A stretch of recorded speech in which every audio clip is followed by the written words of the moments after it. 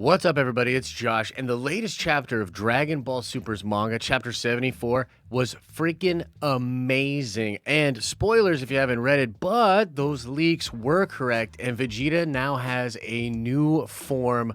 I want to talk all about this because as a longtime Vegeta fan, it's not just that he's maybe, more powerful than Goku, which, ooh, that feels sweet to say, but he may well be the most powerful fighter in Universe 7. That's right, it's time to fanboy out about some Vegeta.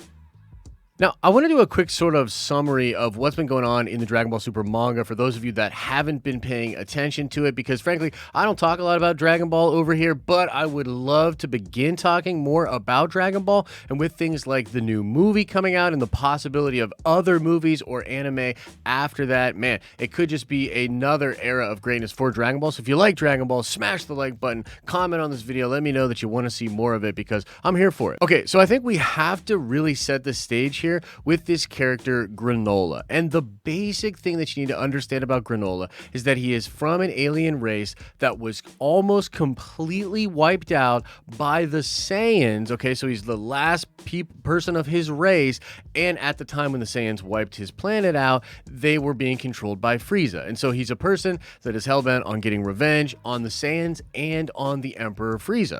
And when he finds out that Frieza has been resurrected, his Granola character then becomes even more bent on getting vengeance that he never thought he could get in the first place. He wants to kill Frieza, but he still views all of the Saiyans as working for Frieza and being puppets of Frieza. Like, even in this new chapter, like, it's weird. He clearly has not been watching Dragon Ball Super. So anyway, this guy gets one of the dragons to grant him a wish of being the most powerful person in the universe. Now, here's the deal on this. If you don't know how Dragon Ball works, each planet, or at least many different planets, have Dragon Balls on them. When these 7 Dragon Balls are gathered together, you can summon a dragon, this like mythical, magical dragon that has a lot of power, and you can ask for wishes. And the rules of these wishes and the power that these dragons have, it varies. It varies from planet to planet, from group of Dragon Ball to another. But regardless of all of that, for the purpose of this story, you need to understand that Granola took the Dragon Balls and he wished to become the most powerful fighter in the universe.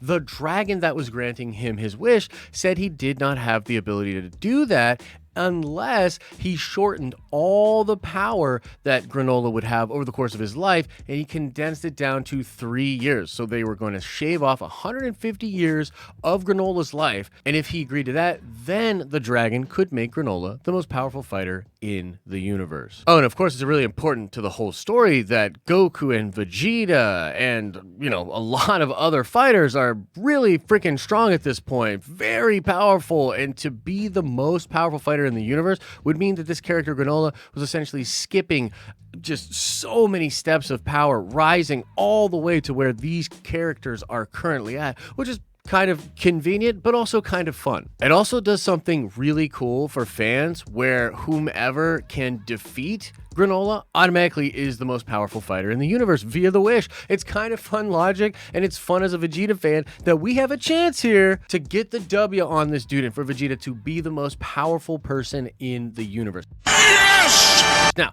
let's talk about the actual chapter and the new form that Vegeta gets. Now, as I was saying before, Goku and Vegeta both getting a lot of power over the course of Dragon Ball Super. They've now have God Ki, and they can use Super Saiyan with their God Ki, and they're really, really crazy strong. And Goku had unlocked a power known as Ultra Instinct. This is, you see it on all the merchandise, you see it out there. Even if you're not a big Dragon Ball fan, you've seen pictures of Ultra Instinct. And this form is kind of described as Goku not having like full control of his body, but rather just his instinct just coming out in the fight. And so he can like avoid stuff and fight in this really savage way without really even thinking, and he goes into this really weird state where he doesn't speak. It's really kind of creepy, and he like moves real weird, but he's insanely powerful. Well, he's already tried that against Granola currently, and Granola literally whooped him up. So now Vegeta's fighting him, and he's holding strong with Granola, but Granola just totally has him outmatched, and you can tell in the fight that Vegeta, although he's very experienced as a fighter, is completely outclassed as far as a power level by Granola. But then we get to the end of the manga chapter. This is what everybody's talking about. This is the whole thing for all the Dragon Ball fans right now. And Vegeta transforms, raging out, talking about getting even stronger. And he talks about, he has this sick line at the end of the manga where he says, "A god of destruction taught me that power derived solely from instinct is unbounded." And this is as he's coming out of this transformation, which does appear to have the Hakai, or the god of destruction energy, somehow combined with Super Saiyan or some kind of transformation. And it does look like it's Super Saiyan 3 because there's no eyebrows.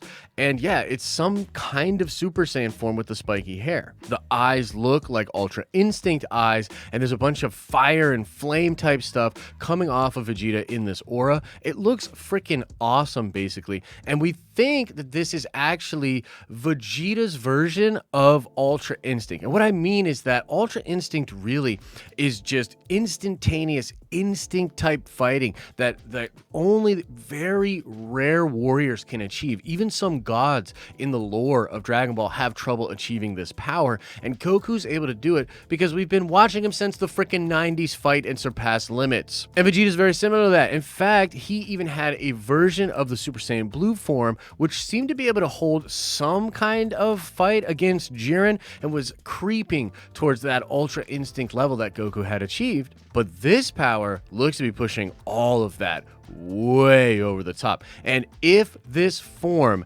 is giving Vegeta the ability to literally just decimate Granola in this next coming fight, then hands down, 1000%, Vegeta will be the most powerful fighter in Universe 7. And as a Vegeta fan, I have been waiting since the beginning of the friggin' Cell Saga for another moment in time when Vegeta surpasses Goku. I mean, I just thought it was cool back then. I thought it would be more fun if they could actually constantly outdo each other. But no, Goku has pretty much had a steady lead for a long time. He's always getting W's on all these villains. So Vegeta fans are hungry for a W for Vegeta and for this new form to push him into the new stratosphere of power.